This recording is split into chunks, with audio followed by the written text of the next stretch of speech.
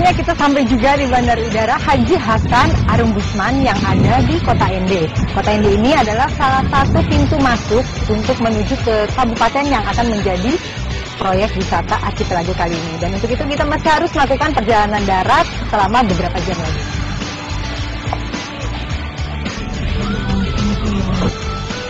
Salah satu kabupaten di Flores ini yang kaya dengan wisata alamnya adalah Kabupaten Ngada.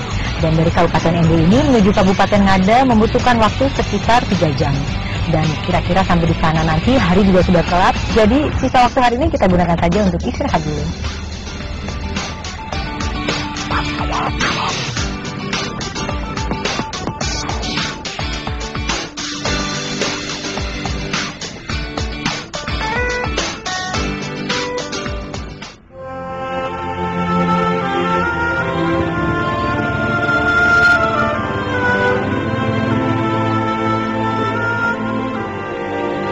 Ini dia lokasi wisata pertama kita, yaitu Taman Laut 17 Pulau.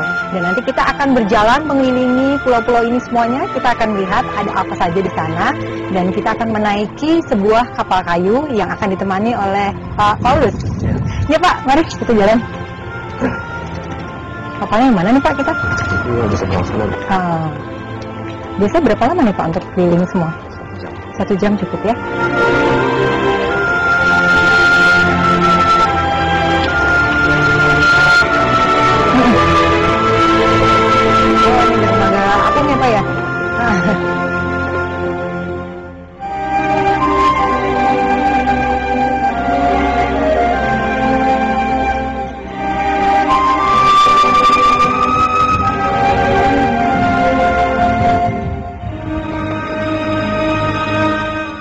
Beranjak dari Desa Riung, Taman Wisata Alam 17 Pulau yang terletak di sebelah utara Pulau Flores ini merupakan wisata mengarungi gugusan pulau-pulau besar dan kecil yang berdekatan.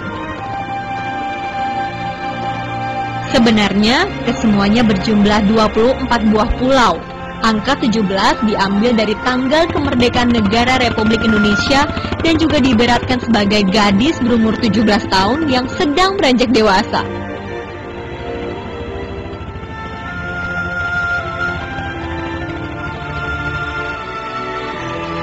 Ini yang menjadi salah satu lokasi wisata di daerah Riung ini. Namanya Pulau Ontolowe. Dan di pulau ini menariknya adalah terdapat jutaan kelelawar yang uniknya hanya mendiami pulau ini di antara sekian banyak pulau. Jadi belakangan pulau ini pun disebut menjadi Pulau Kelelawar. Di sini terdapat jutaan kelelawar, Anda bisa lihat sendiri tuh. Banyak sekali ya kelelawarnya.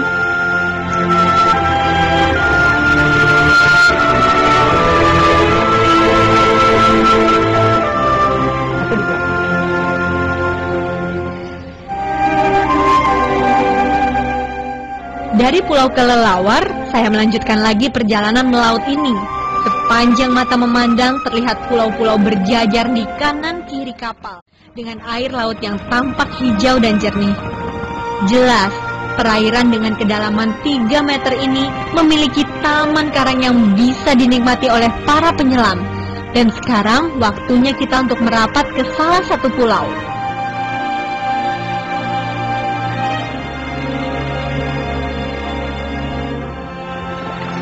Di sini adalah tempat tujuan utama bila orang berwisata ke Riung, karena pulau ini memiliki pantai yang landai dengan pasirnya yang masih putih.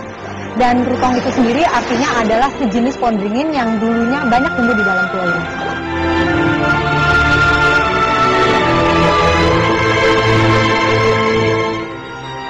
Pulau Rutong ini banyak diminati oleh wisatawan asing karena pantainya yang masih bersih dan suasananya yang private. Tampak wisatawan terus berdatangan dengan menggunakan kapal besar yang langsung berlayar dari Pulau Bali. Biasanya mereka akan bersenang-senang di pantai hingga waktunya santap malam dan kembali ke kapal besar untuk tidur.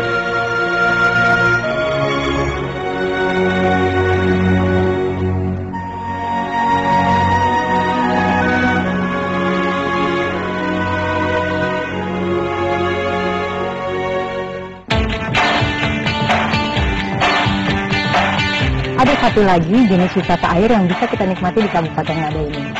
Itu tepatnya, ikutin saya ke dalam dulu.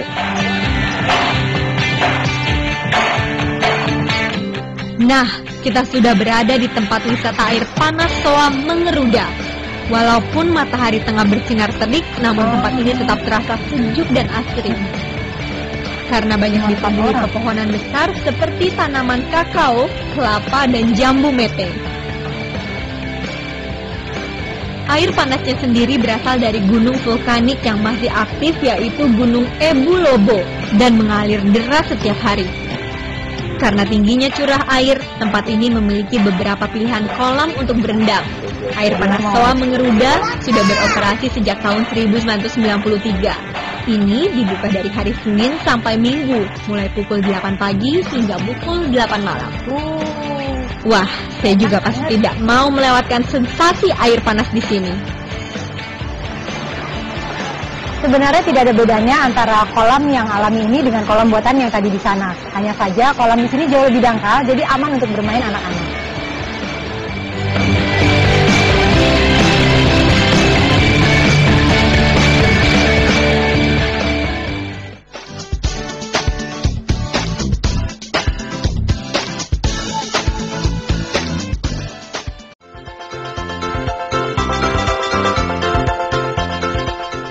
Lokasi wisata lain yang menjadi tujuan utama bila orang mengunjungi Kabupaten Ngada adalah Kampung Bena.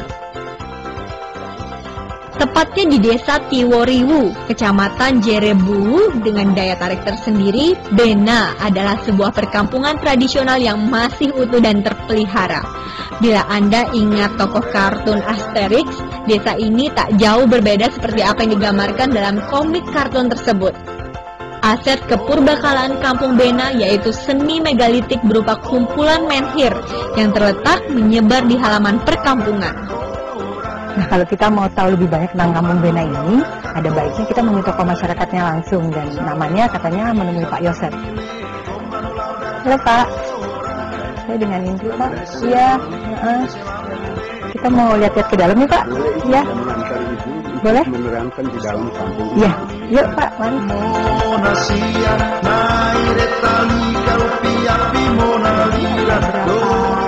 Kesan desa Asterix pun makin terasa dengan banyaknya obelisk dan batu menhir. Sebagian besar tertata rapi menjadi berbagai bentuk. Apa nih Pak? Ini batu memori, di mana dulu ada peperangan antara kampung ini dengan kampung lain. Ya. Maka di sini menang tanamlah batu yang dikatakan Batu Saparajo.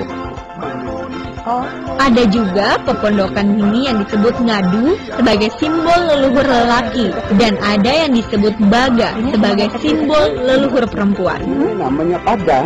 Pada itu simbol dari nenek perempuan.